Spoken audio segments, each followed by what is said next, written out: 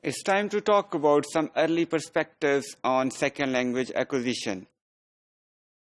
As I mentioned earlier, that theorizing the second language acquisition has been closely related to various thoughts about language teaching and learning. We could see that there was a movement focusing on the fact that every teaching method or its theory should be based on a certain theoretical perspective. Therefore, people thought about looking some explanations of some methods into the processes or the theories of second language acquisition. One of the first theories which comes to our mind in this regard is behaviorism. This appealed a lot to second language teachers and learners. According to behaviorism, which was very popular during 50s and 60s in the last century, we believe that language learning is similar to habit formation. It works on a stimulus and response process. We get so many stimulus in our society, and we usually respond to these. If we are successful, these responses are reinforced and learning occurs. In relation to first language learning, the process explained by behaviorism is quite simple. It's about developing new habits about a language which is very much your own. But in case of a second language, this could be tricky or tough for the learners, because this involves getting rid of the habits of first language and then developing new habits at the same time. So this could be really interesting for the researchers in the field of second language acquisition. Very closely related to and quite based on behaviorism is the thought about contrastive analysis.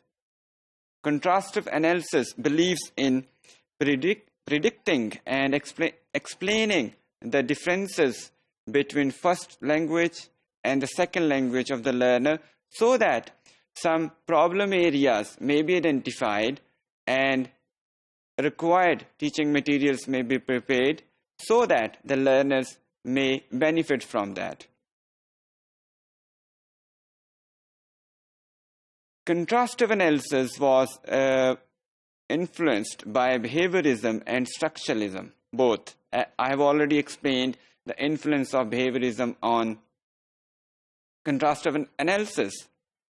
In relation to structuralism, the people who worked in the area of contrastive analysis compared the structure of both languages, and they compared this at all levels, from phonology to syntax. Usually, contrastive analysis starts with the phonology or the sounds of two languages.